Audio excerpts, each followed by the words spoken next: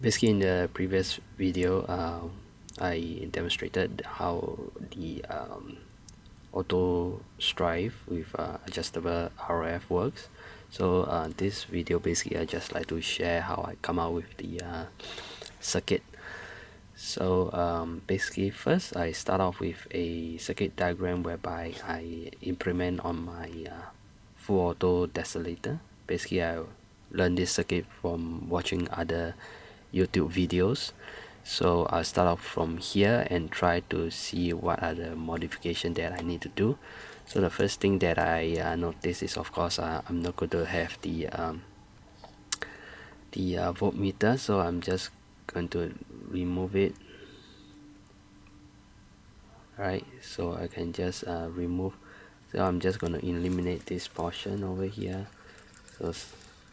So next, I have to figure out, where will be a good place whereby I can decouple the pusher from the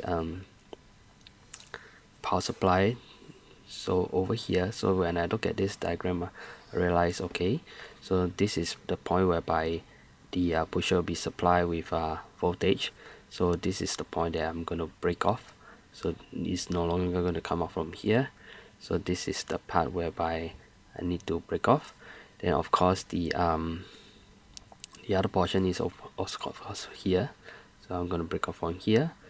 So having noted that, then of course my thinking is, now if I can, okay, basically just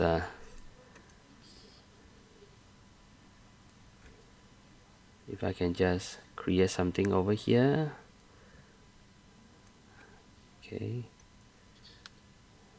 Okay, then I can put a connector over here. So all I need to do is have a positive connector here, negative connector here, and then this will become an isolated unit by itself. So over here, then I also think of, how do I supply voltage to or power to this module over here. So my thinking is, of course, will come out from after I rev the trigger. So I can take the power from here, do something similar from here, and of course the other portion I'll take one portion from here, and then I can create a connector over here. Again, this will be the negative, this will be the positive.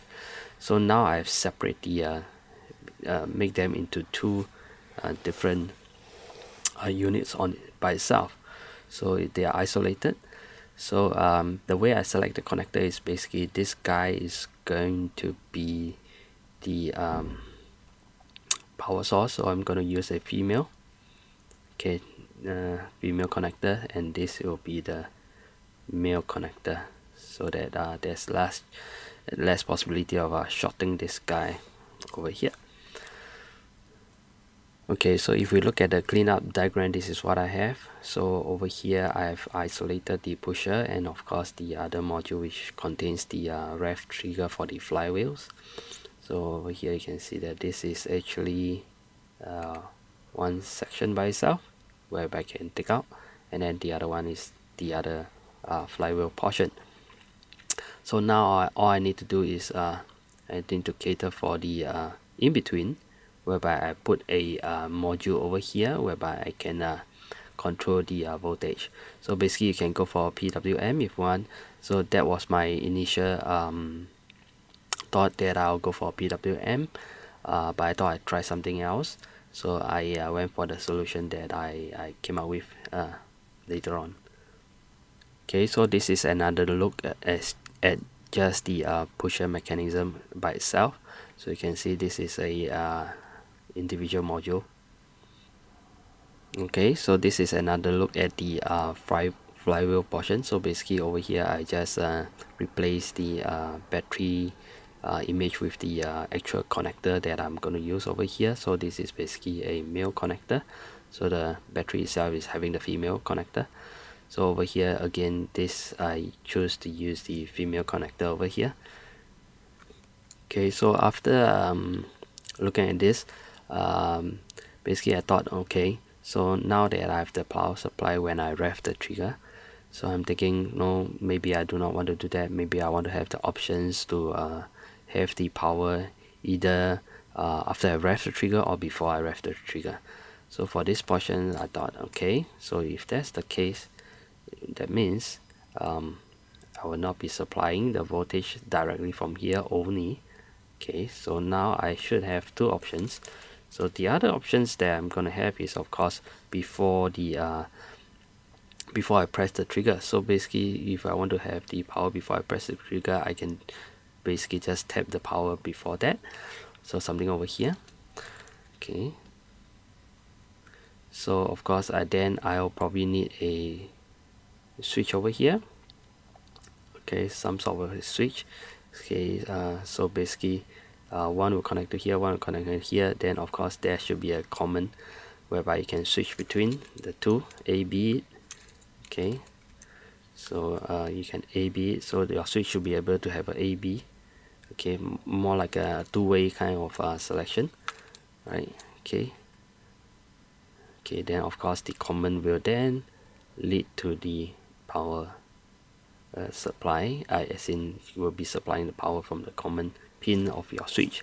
Now you do have to take note that the switch that you choose should be able to support the current consumption of your pusher. So if you are not able to find such a switch, then you probably don't want to make this modification over here.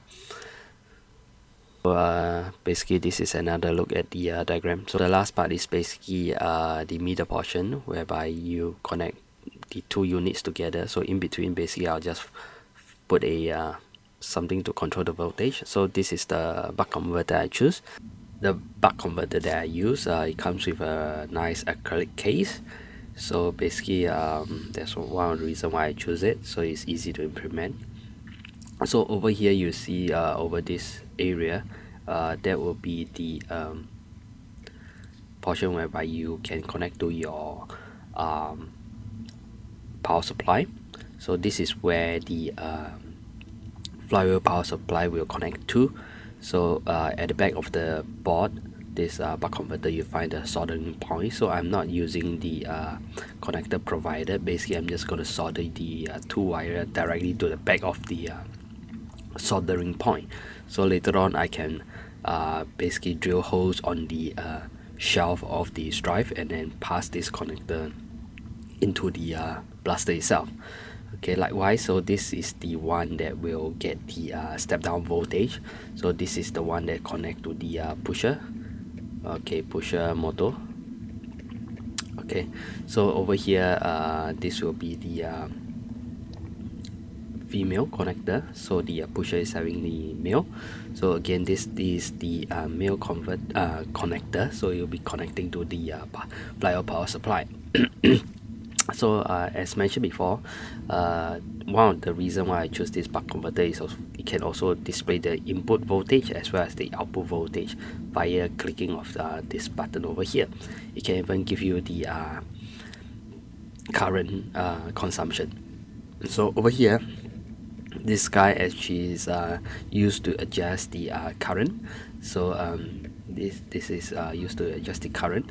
So to adjust the current, what you need to do when you get the buck converter is, of course, you can put a power supply over here directly straight away. For example, let's say a 9-volt battery or something like that, or a 3S LiPo or something like that. So you probably get the input voltage of like a 12 volt or something like that. So you can to adjust the current, basically you can connect a wire to short this connection, and you will straight away force it to current regulate, and then you can adjust the current by this this knob over here. Maybe I'll do a demonstration in the next part of the part 3 of the video with the actual buck converter, then it'll be clearer. Okay, so for now, basically I'm just going to talk about how I wire it up. So these are the 2 points whereby I do the connection. So next is the potentiometer over here. So basically it comes with a potentiometer, which is this guy over here. So the code on the potentiometer is 103. So with the check of the data sheet for this code, I realized it's a 10K potentiometer, 10K ohm potentiometer. So that's what I got myself, a 10K potentiometer. So what I did is basically I just simply remove this potentiometer. I use a screwdriver, just gently rock it out, and then just remove it just by twisting it back and forth until it just detaches itself from the buck converter itself. So on the potentiometer, you see something like a diagram like this. Basically it's for the wiring. You know that it's going to have like 1, 2, 3. So basically it's a direct connection to a 1-to-1 wire connection. So again, you're going to connect the 1, 2, and 3 of your potentiometer. So the number 2 is the wiper, so that's the one that you want to get right. So the other 2, if you got it sort of like connected, and when you test it, what happens if you realize that if you turn clockwise, the voltage is not going up, rather it's going down. That means you can swap the connection for 1 and 3. So basically these are the 2 things you can swap, okay, like any other potentiometer. Okay, so once you wire this up, you got the middle portion, and that will complete the 3 section for the circuit of the blaster that have the auto firing, as well as a controlling of the RF. So for part 3, as I mentioned before, I will